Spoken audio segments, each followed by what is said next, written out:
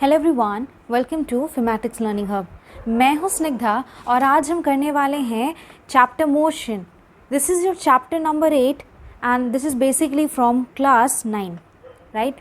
So I am using NCERT book which is obviously the standard book, जो काफ़ी अच्छा concept build करेगा आपको इस चैप्टर को समझने में, and you all should be using it. Reference के तौर पे आप कोई दूसरी बुक भी इस्तेमाल कर सकते हैं, but I would prefer you to use NCERT। At least आपको एक बार NCERT तो पढ़ ही लेनी चाहिए, as it is a very I think the best book that we have here, right? So चलिए शुरू करते हैं with the explanation of this chapter.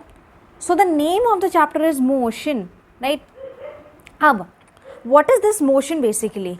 अगर हम अपने एवरीडे लाइफ में कुछ चीज़ों को देखें, सम ऑब्जेक्ट्स, तो कुछ चीज़ें रेस्ट पे रहती हैं। देखिए, रेस्ट में रहने का मतलब क्या है? जो मूव ही ना कर रही हो, राइट? एंड अदर्स, बाकी जो हैं कुछ मूव करती रहती हैं, जैसे बर्ड्स हैं, फ्लाई है, like birds they fly in the sky. Fish जो हैं वो तैरती हैं, ओके, इन द लेक्स और इन द पॉन्ड्स और ओशंस। देन ब्लड जो है वो हमारे नसों के थ्रू, वेन्स या आर्टरीज के थ्रू फ्लो करता है, मीन्स ब्लड भी मूव कर रहा है। या अगर हम देखें कार्स हैं या डिफरेंट टाइप्स ऑफ व्हीकल्स हैं, they are all are moving, right? Even obviously हम जो हैं इस ब्रह्मांड के अंदर हैं, जो हमारा शरीर भी है वो एटम्स या मॉलिक्यूल से बना हुआ है। ये जो ब्रह्मांड है जिसमें प्लैनेट्स हैं, obviously we live in earth which is one of the planet in which life exists and we live here in earth, so that is also moving around the sun. So ये जो galaxies हैं या ये stars हैं, ये सारी की सारी जो है मूव कर रही हैं, राइट? तो कोई भी चीज़ जिसकी कुछ ना कुछ वेलोसिटी हो, उसे हम कहेंगे कि वो चीज़ मूव कर रही है। अब मैंने कहा वर्ड वेलोसिटी, राइट? तो वेलोसिटी के बारे में अभी हम आगे चर्चा करने वाले हैं। आपने ये शब्द तो सुना ही होगा, जो होता है आपका स्पीड। कहते हैं कुछ चीज़ें ज़्यादा स्पीड से मूव कर रही हैं, कुछ धीमी गति से मूव कर रही हैं। तो चाहे मैं बात करूँ वेलोसिटी की, देन डिस्टेंस आएगा इस चैप्टर में, स्पीड की बात करूँ, डिस्प्लेसमेंट की बात करूँ, they all have got some relations with each other, right? So हर एक टॉपिक के बारे में हम डिटेल में बात करेंगे in this chapter motion. So as I said कि कोई भी चीज़ जो मूव कर रही हो, हम कहेंगे कि वो चीज़ मोशन में है, राइट? एग्जाम्पल्स मैंने आपको यहाँ पे बता दिए हैं। अब कोई भी ऑब्जेक्ट अगर है, right, if you have any object, उस ऑब्जेक्ट का जो होता है अपना एक पोजीशन होता है। आपने कहाँ है उस ऑब्जेक्ट को रखा है, it has got its own position, right? अगर किसी भी ऑब्जेक्ट का पोजीशन टाइम के साथ, बहुत इंपॉर्टेंट पैरामीटर है टाइम, समय कभी किसी के लिए रुकता नहीं है, समय हमेशा चलता ही रहता है। टाइम के साथ जैसे जैसे टाइम जो है बढ़ता चला जा रहा है, like as the time is moving, time के साथ साथ जो है अगर किसी भी ऑब्जेक्ट की पोजीशन में परिवर्तन या चेंज आए, हम कहेंगे कि वो ऑब्जेक्ट जो है वो मूव कर रहा है, right? We can have a very simple example. आप कोई भी यहाँ पे अगर आप मान लीजिए ऑब्जेक्ट कंसीडर कर रहे, या मान लीजिए कि ये यहाँ पे एक बॉल रखा हुआ है किसी ग्राउंड पे, राइट? एंड देन इसके ऊपर हमने कुछ जो है अप्लाई किया, फोर्स, बल का प्रयोग किया इस बॉल के ऊपर, जिस वजह से ये बॉल जो था या ऑब्जेक्ट जो कि शुरुआत में रेस्ट पे था, मीन्स इसकी कोई गति नहीं थी, स्पीड ज़ीरो हम कह सकते हैं, इनफैक्ट वेलोसिटी ज़ीरो कहना ज़्यादा बेटर होगा, उसके बारे में हम बात भी करेंगे। तो ये रेस्ट पे है, रुका हुआ है, एंड जैसे ही फोर्स लगाते हैं तो ये जो है ये सिंपली ये मूव करने लगता है, और रोल करते हुए जो है इसकी पोजीशन चेंज हो जाती है। पहले था ये पोजीशन ए पे, अब वो आ चुका है पोजीशन बी पे, right? It simply starts to move, right? अब यहाँ पे क्योंकि मैंने यहाँ पे सिर्फ एक सीधे डायरेक्शन में फोर्स लगाया है, तो बेसिकली इसका मूवमेंट भी सीधा ही होगा, right? So it will start to roll and it will change its position. तो पोजीशन बी हो चुकी है, तो हम कहेंगे कि ये जो ऑब्जेक्ट है इसने अपना क्या चेंज किया, पोजीशन, ऑब्वियसली विथ टाइम। तो जैसे इसके पोजीशन में चेंज आया, हम कहेंगे कि ये ऑब्जेक्ट जो है, what did it do? It simply moved from one position to another. Okay, अब बात अगर मैं करूँ पोजीशन की, तो देखिए किसी भी ऑब्जेक्ट की पोजीशन को बताना हम कब कर सकते हैं, अगर हमारे पास कोई एक रेफरेंस पॉइंट हो। If we have any reference point, उसके like we can simply take an example to it. For example, अगर मैं यहाँ पे कोई भी एक ऑब्जेक्ट कंसीडर करूँ, मान लीजिए कि ये एक ट्री है यहाँ पे, ओके, एंड ये ट्री जो है सिंपली यहाँ से जो था, there was a person standing here, यहाँ पे मान लीजिए कोई एक लड़का खड़ा हुआ था, जस्ट हम ट्राइंग टू ड्रॉ समथिंग, इसकी पोजीशन मान लीजिए यहाँ पे है, and this is the tree. अब इस लड़के ने मूव करना शुरू किया। अब जैसे वो चलेगा, कुछ टाइम बाद, मान लीजिए आफ्टर टाइम टी, वो यहाँ पे पहुँच चुका है। ओके, तो शुरुआत में ये जो लड़का था, this boy was standing near to the tree. अब अगर मुझे इस बॉय की फाइनल पोजीशन बतानी है, ये वाली पोजीशन बतानी है, तो ऑब्वियसली मुझे कुछ ना कुछ एक रेफरेंस पॉइंट लेना पड़ेगा। तो यहाँ पे मैं रेफरेंस पॉइंट क्या लूँगी, इस ट्री को। I will take this tree as the reference point here. पहले शुरुआत में तो ये पोजीशन ए पे था, मीन्स ट्री के करीब ही था, तो एकदम पास में मान लीजिए खड़ा हुआ है, तो अभी तो कोई डिस्टेंस ट्रैवल किया नहीं है।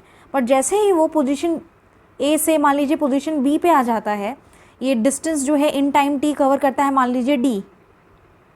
तो आप ये जो डिस्टेंस भी मेजर कर रहे हो, ये आप कहाँ से कर रहे हो, आपने इस ट्री को क्या माना, रेफरेंस पॉइंट। यहाँ से आपने उसकी डिस्टेंस को मापा, right, simply just measured it. So B is the position of the boy now, and इसी वजह से बहुत ज़रूरी है एक रेफरेंस पॉइंट लेना। रेफरेंस पॉइंट आपको लेना ही पड़ेगा। तो किसी भी डिस्क्राइब करने के लिए ऑब्जेक्ट की पोजीशन को we simply have to take a reference point, या ओरिजिन भी कह सकते हैं, जहाँ से शुरुआत हो रही है उस चीज़ की। ओके, अब कोई चीज़ कब मूव कर रही है किसी के हिसाब से, या किसी के हिसाब से वो चीज़ मूव नहीं कर रही है, ये भी एक बड़ा अच्छा सा कॉन्सेप्ट है। तो इसे समझने के लिए हम एक बड़ा सिंपल सा एग्जाम्पल लेते हैं। Right, so I'll just erase everything here what I have drawn. तो मान लीजिए यहाँ पे जो है एक ट्रेन है, और रेलवे ट्रैक पे जो है एक ट्रेन जो है, मान लीजिए ये ट्रेन है जो कि मूव कर रही है। यहाँ पे दो लोग बैठे हुए हैं, मान लीजिए ये है पर्सन ए, और यहाँ पे एक दूसरा व्यक्ति बैठा हुआ है इसी ट्रेन पे, उसी कोच में मान लीजिए पर्सन बी, ठीक है। Although even if it is not looking like a train, I am just trying to explain it to you. कोई भी गाड़ी है या हमारी लिए ट्रेन ही है जो कि सिंपली जो है मूव कर रही है। ये पोजीशन, ये हो गया पर्सन है, पर्सन बी। ओके, अब यहाँ पे मान लीजिए एक बाहर इंसान खड़ा हुआ है रेलवे ट्रैक पे, यहाँ पे कहीं खड़ा हुआ है, ये मान लीजिए है आपका पर्सन सी। अब मैंने कहा कि जो ये मैं मोशन की बात कर रही हूँ, हो सकता है किसी के लिए वो जो मोशन है या लाइक सिंपली पोजीशन है चेंज ही ना हो, या किसी की वजह से हो जाए। मीन्स अगर मैं बात करूँ मोशन की, ये एक रिलेटिव टर्म है। देखिए ये एक रिलेटिव टर्म है, आप इसको एब्सोल्यूट वे में नहीं कह सकते हैं। अभी इस एग्जाम्पल से बहुत क्लियर हो जाएगा।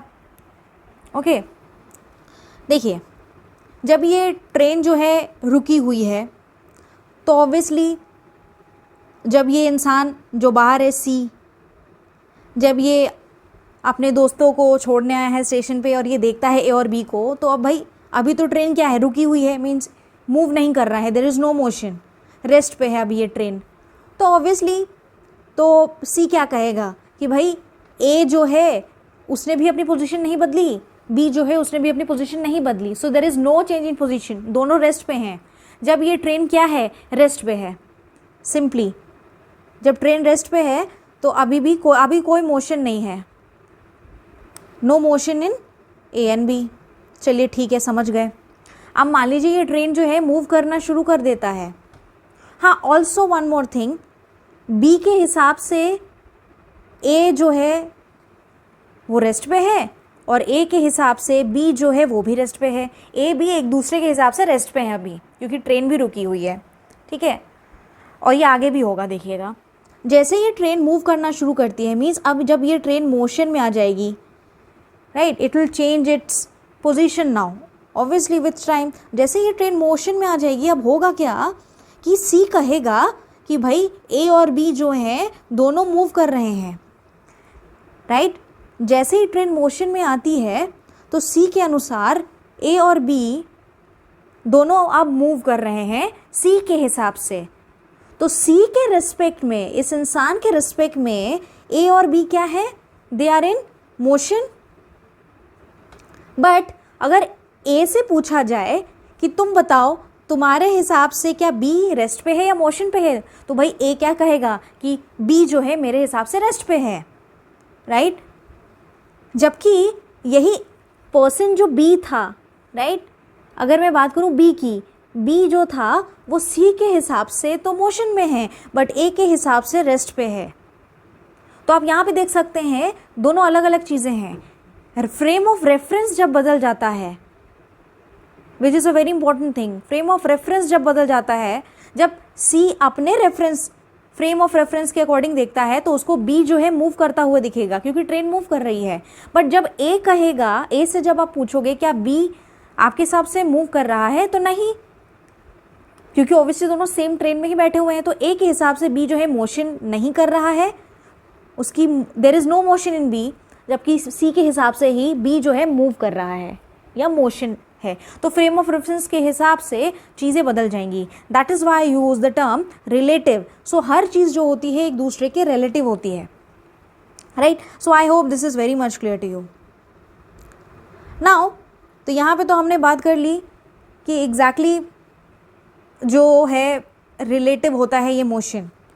उसी तरह से अगर मान लीजिए कोई भी पैसेंजर है, वो बस के अंदर बैठा हुआ है, उसके हिसाब से बाकी के जो पैसेंजर्स हैं वो रेस्ट पे हो गए, राइट, रेस्ट पे होंगे। जबकि अगर कोई बाहर से कोई ऑब्जर्वर देखेगा अंदर बैठे हुए लोगों को, उसके हिसाब से जो है वो तो मूव कर रहे हैं। तो फ्रेम ऑफ रेफरेंस जब बदल जाता है तो मोशन का भी बदल जाता है। किसी के हिसाब से कोई चीज़ रेस्ट पे है तो किसी तीसरे के हिसाब से मान लीजिए वो चीज़ जो है मोशन कर रही है। तो यही मतलब हुआ टर्म रिलेटिव का। So an object may appear to be moving for one person, जबकि स्टेशनरी दिख सकता है for some other person.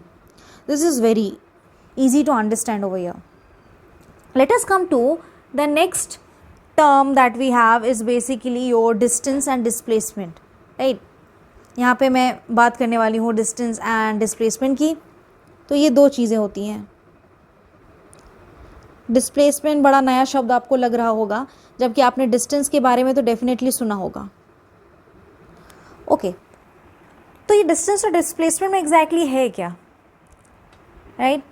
Distance आपको मालूम है, जैसे यहाँ पे मैंने कहा कि भाई आप ये मान लीजिए किसी का घर है, राइट, एंड यहाँ पे कोई इंसान रहता है, अपने घर से निकलते हुए वो जो है मूव करता है एंड मान लीजिए पोजीशन ए से पोजीशन बी में आता है, तो ऑब्वियसली अपना डिस्टेंस बदल रहा है टाइम टू टाइम। मीन्स इसने हम कह सकते हैं जब ये इंसान ए टू बी मूव करेगा तो इसने कोई डिस्टेंस ट्रैवल किया है, राइट। सो जब हम कहते हैं कि ये जो लेंथ उसने कवर की, length covered by the moving object, इसको हम कहते हैं डिस्टेंस, ठीक है। बट डिस्प्लेसमेंट भी कुछ इसी तरह से है, बट इसमें हम जो टर्म इस्तेमाल करते हैं वो है शॉर्टेस्ट, ये है शॉर्टेस्ट। तो ये चीज़ समझने के लिए एक बड़ा सिंपल सा हम यहाँ पे जो है ले सकते हैं एग्जाम्पल। फॉर एग्ज़ाम्पल मान लीजिए कि ये पॉइंट ए है और ये पॉइंट बी है। अब मुझे पॉइंट ए से पॉइंट बी में जाना है इनफैक्ट, और मेरे पास दो रास्ते हैं, ठीक है। एक तो रास्ता है ये वाला जो कि थोड़ा सा आड़ा टेढ़ा है, जो मैंने ग्रीन लाइन से शो किया है, और दूसरा रास्ता जो है वो कुछ ऐसे है, सीधा जाता है। तीसरा भी बना देते हैं, तीसरा कुछ इस तरह से है, राइट। जाना कहाँ से कहाँ है, ए टू बी जाना है।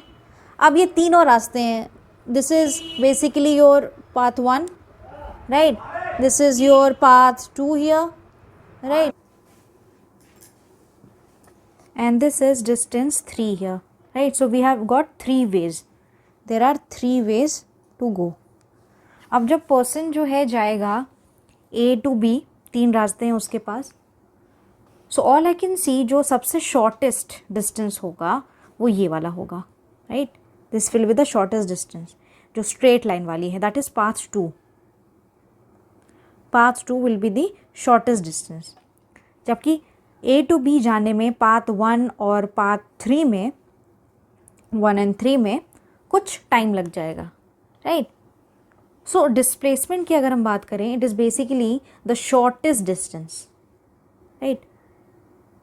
शॉर्टेस्ट डिस्टेंस, डिस्टेंस एग्जैक्टली क्या है? डिस्टेंस होता है आपका टोटल लेंथ, जो कि किसी भी ऑब्जेक्ट के द्वारा कवर किया जाता है। बट अगर मैं बात करूं डिस्टेंस की, डिस्प्लेसमेंट की बेसिकली, सो डिस्प्लेसमेंट हो जाता है सबसे शॉर्टेस्ट वाला रास्ता, शॉर्टेस्ट डिस्टेंस, ओके। तो यहाँ पे अगर आप देखो डिस्प्लेसमेंट की अगर मैं बात करूं तो डिस्प्लेसमेंट सीधा है, डिस्प्लेसमेंट की डायरेक्शन फिक्स है भाई। A से B जाने में ये जो रास्ता है ये फिक्स डायरेक्शन में है, इन दिस डायरेक्शन ओनली, इसकी डायरेक्शन यही है। बट अगर मैं जाती हूँ मान लीजिए पाथ 1 से, तो यहाँ पे मुझे ऐसे जाना पड़ेगा कुछ इस तरह से, राइट। ऐसे, फिर ऐसे, मीन्स टर्न्स आएंगे, काफ़ी सारे टर्न्स आएंगे, तो ऐसे जिगजैग वे में मुझे चलना पड़ेगा।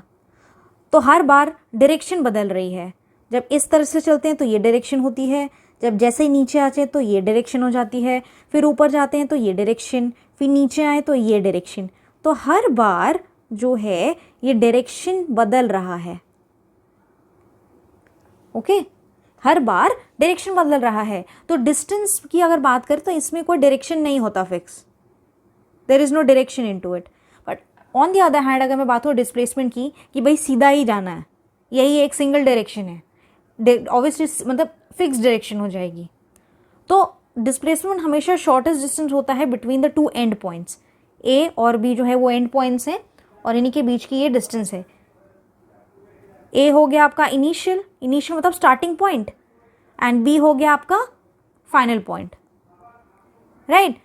तो ये कॉन्सेप्ट होता है बेसिकली डिस्टेंस और डिस्प्लेसमेंट का।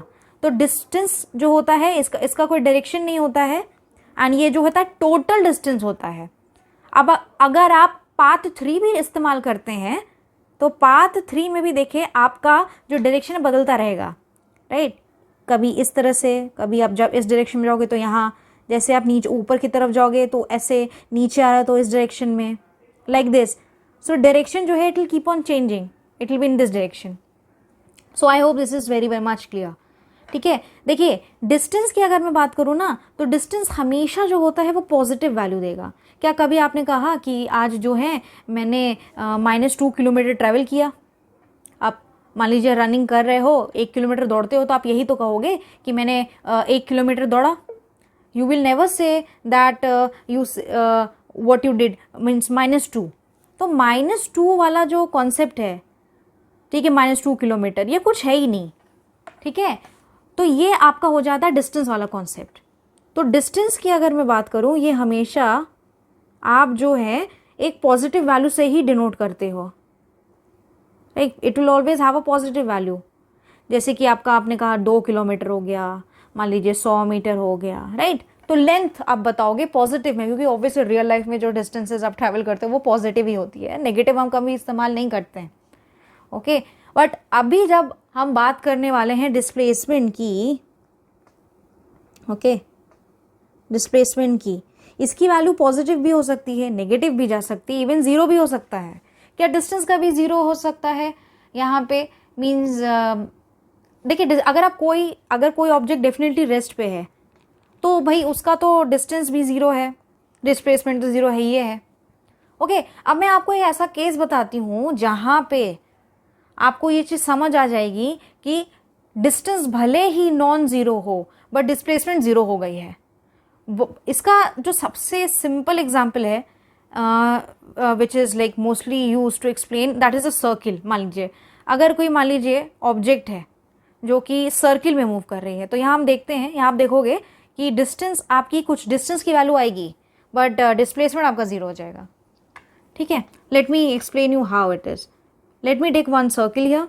मान लीजिए ये सर्कुलर पाथ है, ठीक है। अब मान लीजिए एक बंदा है, ये एक सर्कुलर पाथ है। अब मान लीजिए यहाँ पे इस बंदे की पोजीशन ए है। अब ये ट्रैवल करना शुरू करता है, ठीक है, इस डायरेक्शन में मूव करना शुरू करता है, ऐसे राउंड मारता है, ठीक है। तो ए से मान लीजिए बी आता है, ठीक है, बी से इस तरह से कुछ चलता है, इसका पाथ ये है, बी से लौटते हुए वापस ए पे आ जाता है, ठीक है। अच्छा, क्योंकि मैंने ये सर्किल का है तो सर्किल का कोई ना कोई रेडियस तो डेफिनेटली होगा। मान लीजिए हम इसे आर कहते हैं, ओके। तो अगर मैं बात करूँ यहाँ पे डिस्टेंस की, दोनों चीज़ बताने वाले हैं, और डिस्प्लेसमेंट की कि एग्जैक्टली इस केस में आएगा क्या। ये बंदा जो है ये सर्कुलर पाथ में घूम रहा है। मान लीजिए इसने शुरुआत की ए से और ऐसे चलते चलते चलते चलते फाइनली जो है ये ए पे वापस आ गया। तो यहाँ पे अगर मैं बात करूँ डिस्टेंस की, डिस्टेंस मैंने क्या कहा था, total length. Total length, total length जब आप कहेंगे तो डिस्टेंस आएगा। तो यहाँ पे सर्किल का, क्योंकि इसने पूरा एक सर्किल का चक्कर लगाया है, तो ऑब्वियसली इसने सर्किल का क्या कवर किया, टोटल लेंथ। और सर्किल के टोटल लेंथ को क्या बोलते हैं हम exactly, we call it circumference. Circumference क्या होता है किसी भी सर्किल का जिसका रेडियस आर हो, वो होता है 2 पाई आर। डेफिनेटली आपको मालूम है, राइट। तो डिस्टेंस उसने ट्रैवल किया 2 पाई आर। बट अगर मैं पूछूं भैया डिस्प्लेसमेंट क्या कवर किया, डिस्प्लेसमेंट मैंने आपको अभी बताया है, ये डिस्टेंस होता है शॉर्टेस्ट, आई मीन फाइनल और इनिशियल लाइक स्टार्टिंग पॉइंट और एंडिंग पॉइंट के बीच में। इन शॉर्ट हम कह सकते हैं डिस्प्लेसमेंट आपका है final point minus initial point. भाई हम इन दोनों के बीच का अंतर ही तो निकालेंगे कि देखेंगे डिस्प्लेसमेंट आया कहाँ है। तो ये ऑब्जेक्ट ए से चलता है वापस ए पे ही आ जाता है, तो इसका डिस्प्लेसमेंट 0 होगा, क्योंकि डिस्टेंस तो उसने total length 2 pi r cover की थी। बट यहाँ पे अगर मैं बात करूँ, भाई शुरुआत का पॉइंट भी यही था, इनिशियल पॉइंट भी यही था, और फाइनल पॉइंट भी यही बन गया। मीन्स इनिशियल पॉइंट और फाइनल पॉइंट और इनिशियल पॉइंट दोनों बराबर हो चुके हैं। तो दोनों बराबर हैं तो कैंसिल आउट कर जाएंगे, so they will cancel out and it will be 0। तो डिस्प्लेसमेंट इस केस में 0 आएगा, जबकि डिस्टेंस आ जाएगा 2 pi r, right. So this is what I have here. So I hope ये जो कॉन्सेप्ट था कि एग्जैक्टली मोशन क्या होता है एंड रिलेटिव वर्ड का हम क्यों इस्तेमाल करते हैं, और ये डिस्टेंस क्या है, डिस्प्लेसमेंट क्या है, आपको बहुत अच्छी तरीके से समझ में आ चुका है। तो आज का जो लेक्चर था वो यहीं तक था। पार्ट वाइज पार्ट हम जो है कवर करते चलेंगे इस चैप्टर को, right. So I will be there with the next video in the next turn. इसके आगे का पार्ट करेंगे। आई होप आपको ये समझ में आया है, ये यहाँ तक जहाँ तक मैंने आपको बताने की कोशिश की है। तो ज़रूर से मेरे इस वीडियो को लाइक करिए एंड डेफिनेटली शेयर ज़रूर करिएगा, और सब्सक्राइब अगर आपने नहीं किया मेरे चैनल को तो जल्दी से कर लीजिए।